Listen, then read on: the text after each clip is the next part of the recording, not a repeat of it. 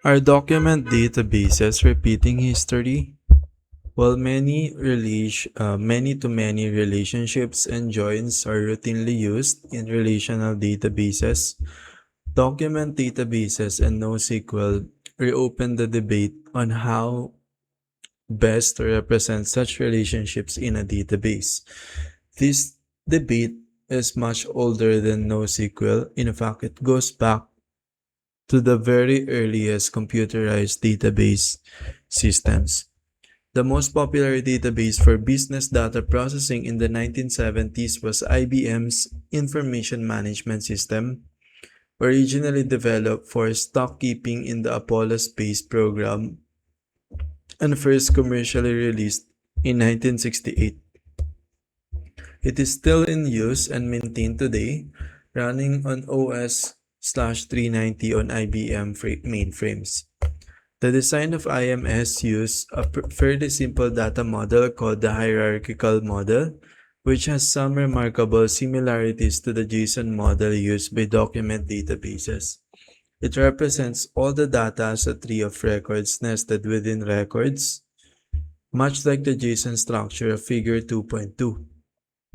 Like document databases, IMS work well for one-to-many relationships, but it made many-to-many relationships difficult and it didn't support joins.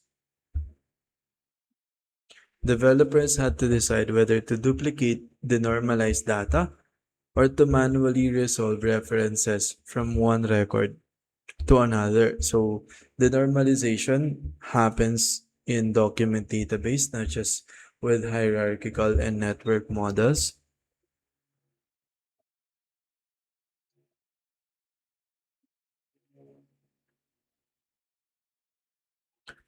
So a many-to-many are actually still commonly used with our classic relational database, but document database reopened this debate.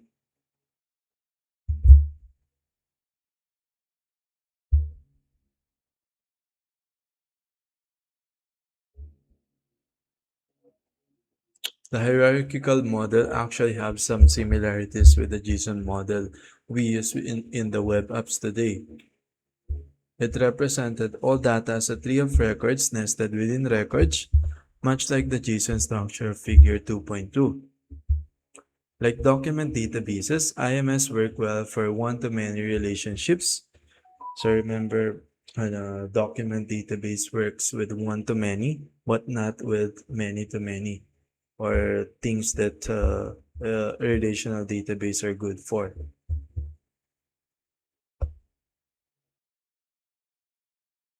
But it made many-to-many relationships difficult and it didn't support joins. So IMS actually doesn't, hierarchical model doesn't also support joins, just like a document databases.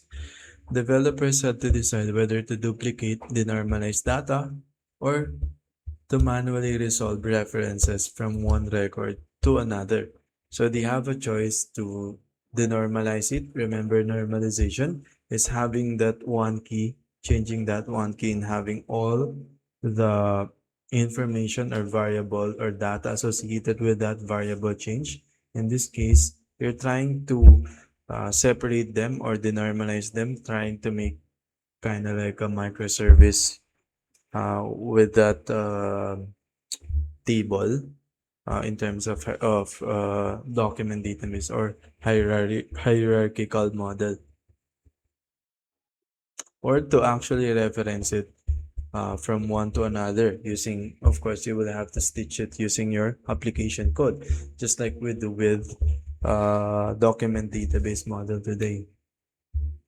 Various solutions were proposed to solve these problems of the 1960s and 70s were very much like the problems that developers are running into with document databases today. Various solutions were proposed to solve limitation of the hierarchical model. The two most prominent were the relational model, which became SQL and took over the world, and the network model, which initially had a large following but eventually faded into obscurity. The great debate between these two camps lasted for much of the 1970s.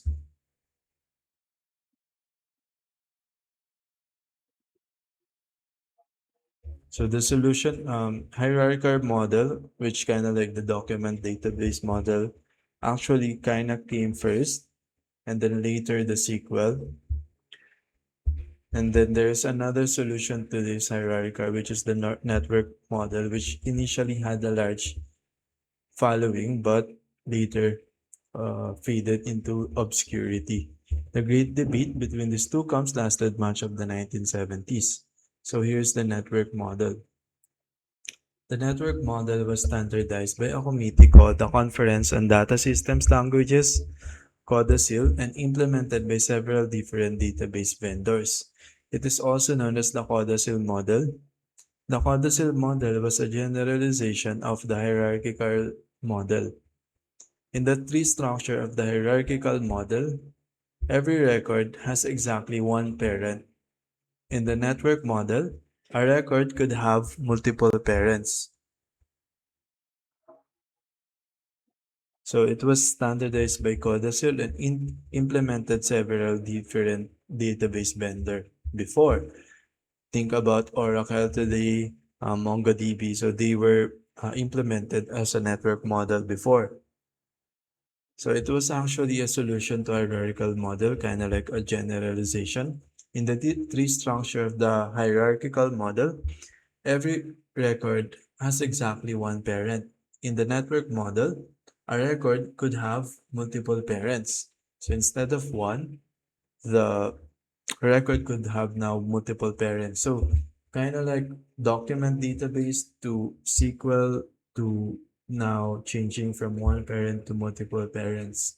For example, there could be one record for the Great Shuttle Area region, and every user who live in that region could be linked to it.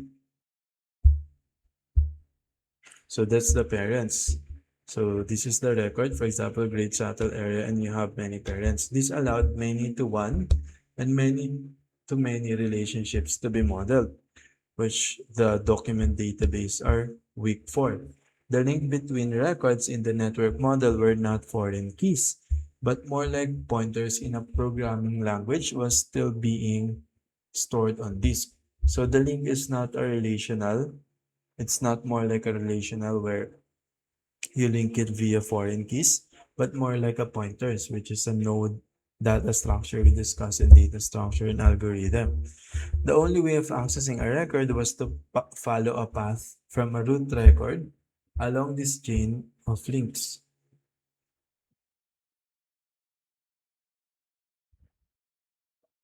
So the only way to actually access that record, for example, you have one parent, you have an access to Great Shuttle record, and that is connected to the next access path, kind of like really a node path. Yeah, in order to get to the end of the index, so to speak, or end of the node in node, you need to link or to follow the path. In the simplest case, an access path could be like the traversal of a linked list. Start at the head of the list and look at one record at a time until you find the one you want. So remember in trees, in nodes, the tree is a node that structure as well. We start with the head, right? And then we do a traversal to find or to insert to read a record. So it's a simple way in its simplest case or in its basic form. That's what this network model does. But in a world of many to many relationships, several different paths can lead to the same record. So in many to many relationships, of course, you could have the other parent traverse it all the way to the record you want to see, or you can have it as well. There may be many options that could traverse there. And a programmer working with the network model had to keep track of these different access paths in their head. A query in Codasil was performed by moving a cursor through the database by iterating over list of records and following access paths.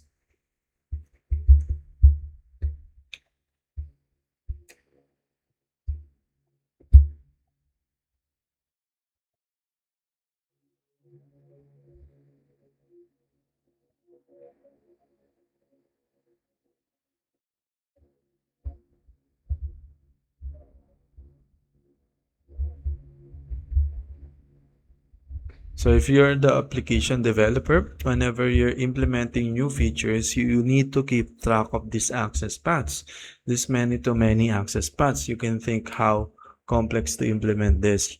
That's why this database abstracted, it's actually better. It's produce less bug nowadays, and it allows us to provide complex feature.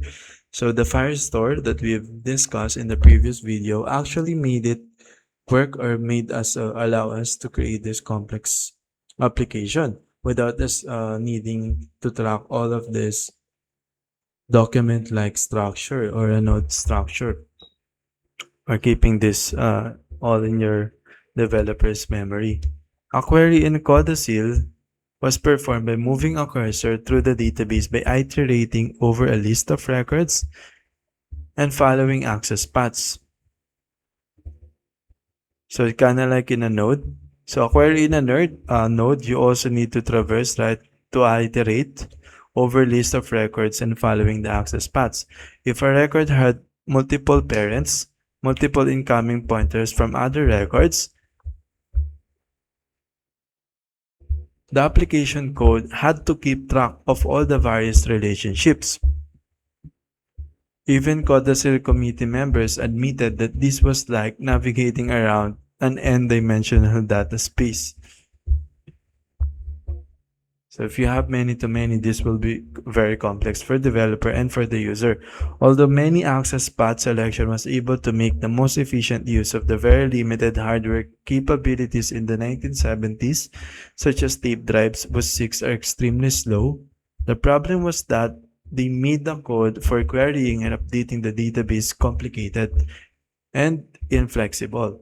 So the query and update, since you need to traverse through multiple paths before just to get to the record that you want, unlike with the array in which reading is just an O1, it and the hardware limitation, the disk, of course, this database still use this follow that storage law in which you need to have a storage, an operating system, a memory uh, to work and monitor as well. With both the hierarchical and the network model, if you didn't have a path to the data you wanted, you were in a difficult situation. You can change the access paths, but then you had to go through a lot of handwritten database query code, rewrite it to handle the new access path. It was difficult to make changes to an application's data model.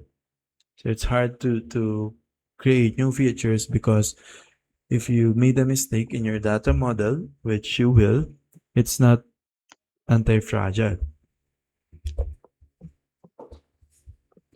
So the comes the relational data model. The relational model. What the relational model did, by contrast, was to lay out all the data in the open. A relational table is simply a collection of tuples, rows, and that's it. There are no labyrinthine nested structures, no complicated access paths to follow if you want to look at the data.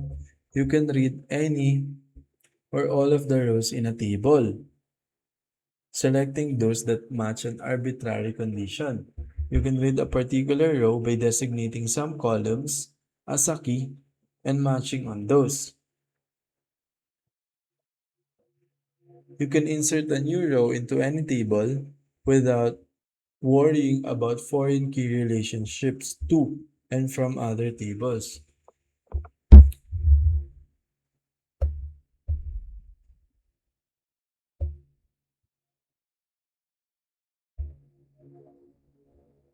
So you don't need an access path. It's kind of like a key value. So it's an implementation of a hash map, kind of hash map, because a hash map, you just need the key to get the value. Here, the key kind of like the foreign key. So you can read any all of the rows in a table, selecting those that match an arbitrary condition. You can read a particular row by designating some columns as a key. Sorry, the column is actually a key. So to be able to read a row, you need to have the column as a key and matching on those. You can insert a new row into any table without worrying about foreign key relationships and from other tables. In a relational database, the query optimizer automatically decides which part of the query to execute, in which order, and which indexes to use. So the structure of the model is kind of like a table. But in reality, you're not actually accessing a table. You're just accessing the OS with the database code interacting with the storage and memory. So you need the column as a key to get the row. And the query optimizer behind this database code actually make or choose the fastest path instead of having to traverse all the path with the network model. Now the choices are effectively the access path, but the big difference is that they are made automatically by the query optimizer, not by the application developer. So we really need to think about them. If you want to query data in new ways, you can just declare a new index, and queries will automatically use whichever indexes are most appropriate. So remember we discussed we will discuss index later in storage engine in LLogs. Actually, index are used to be able to store a key value pair as well from memory to storage. But here, whenever you're trying to create an index, you're just trying to declare it so that the optimizer just need to worry about the implementation. Later, we will be more clear about this in a storage engine chapter. You don't need to change your queries to take advantage of new index. The relational model thus made it much easier to add the new features to application. So it's just changing, like providing you uh, a way to define your query syntax. And then if you want to define another query syntax, you would just add a new index. And the query, just need to declare it, just like in the declarative that we discussed in the previous chapter. And then the query optimizer will choose the algorithm to retrieve or to search for that.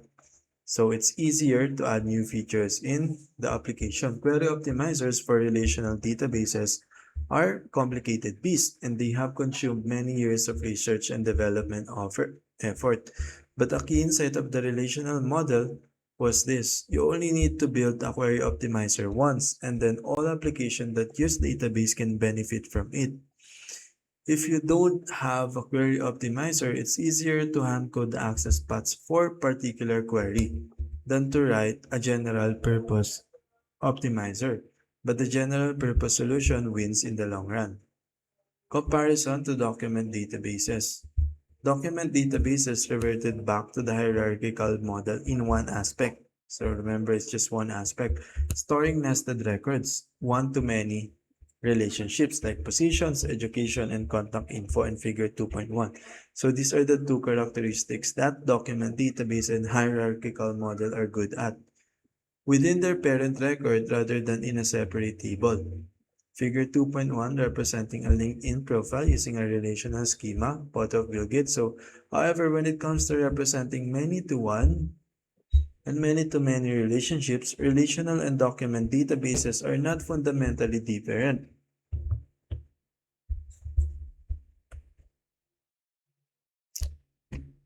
In both cases, the related item is referenced by a unique identifier, which is called a foreign key in the relational model, and a document reference in the document model.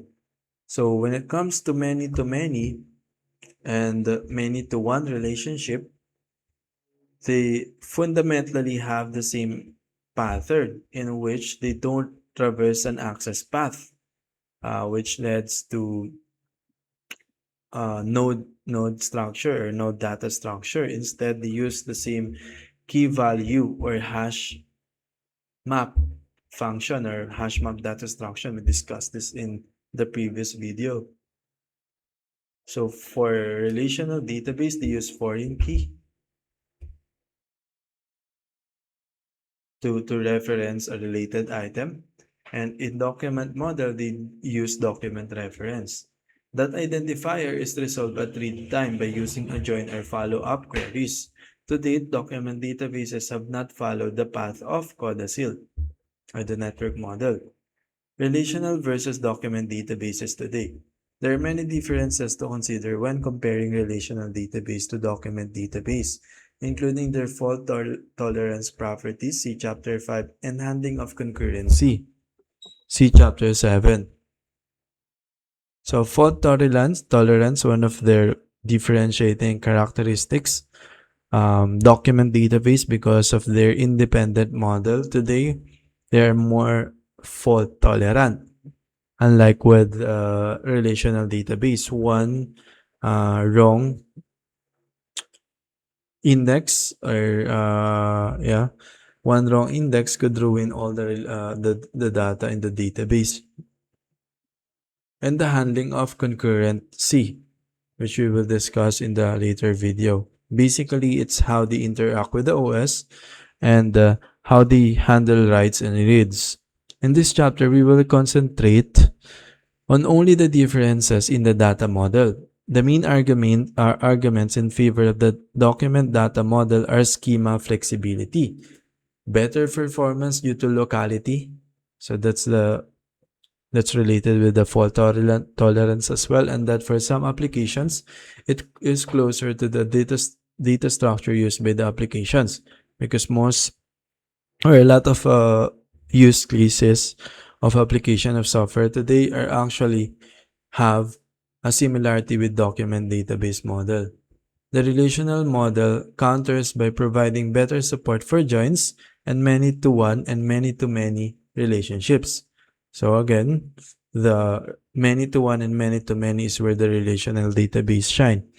Which data model leads to simpler application code? If the data in your application has a document-like structure, i.e. a tree of one-to-many relationships where typically the entire tree is located at once, then it's probably a good idea to use a document model. The relational technique of shredding, splitting a document-like structure into multiple tables like positions, education, and contact underscore info in figure 2.1 can lead to cumbersome schemas and unnecessarily complicated application code. The document model was limitations. For example, you cannot refer directly to a nested item within a document.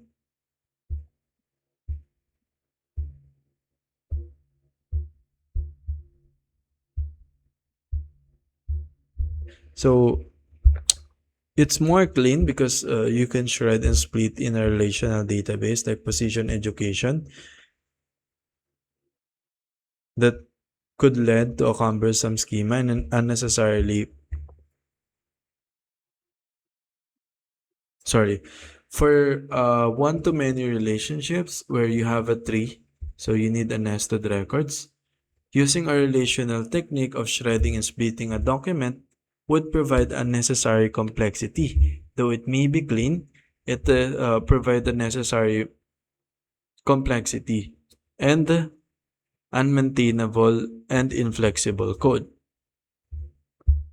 The document model has limitations, not just the advantage to relational model for that one-to-many relationship and avoiding complexity. For example, you cannot refer directly to a nested item within a document, but instead you need to say something like the second item in the list of position for user 251, much like access path in the hierarchical model. So you still need to traverse, but not all.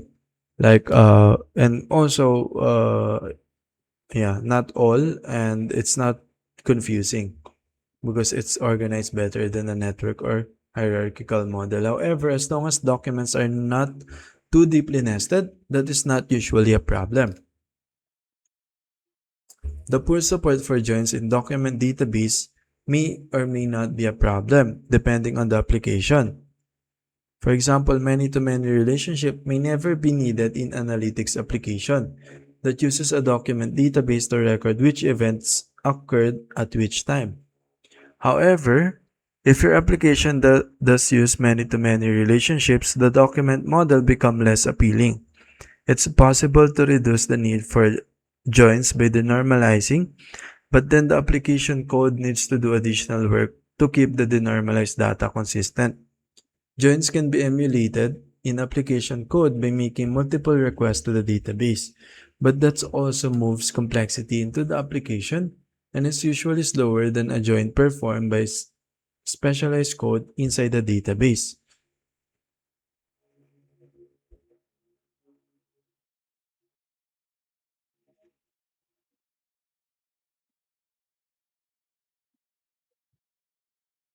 So some many-to-many application actually doesn't use as much join. So a document database compared to a relational database which quote-unquote specialize on the many-to-many may not be needed.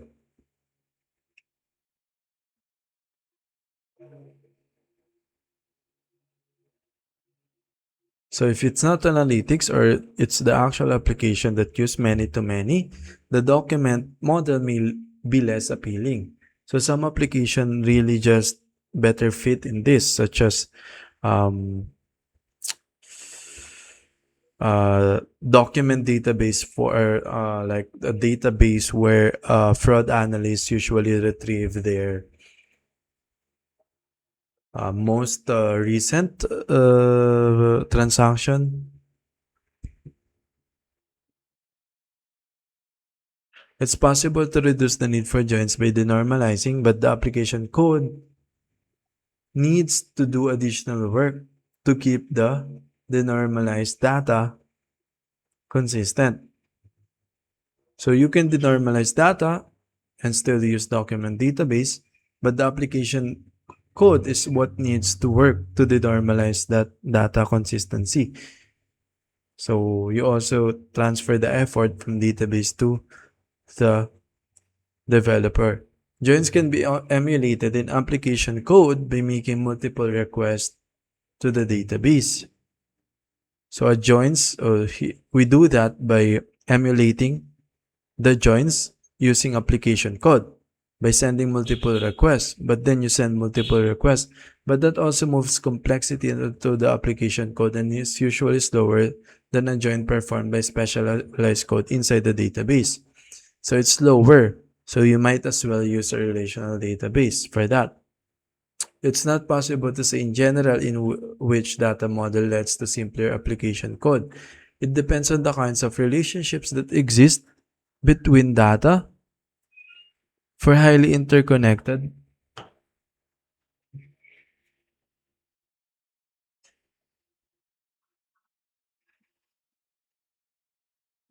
interconnected data, the document model is awkward, the relational model is acceptable, and graph models are the most natural. So we will discuss graph model. This is actually what used in social media platforms in the next videos.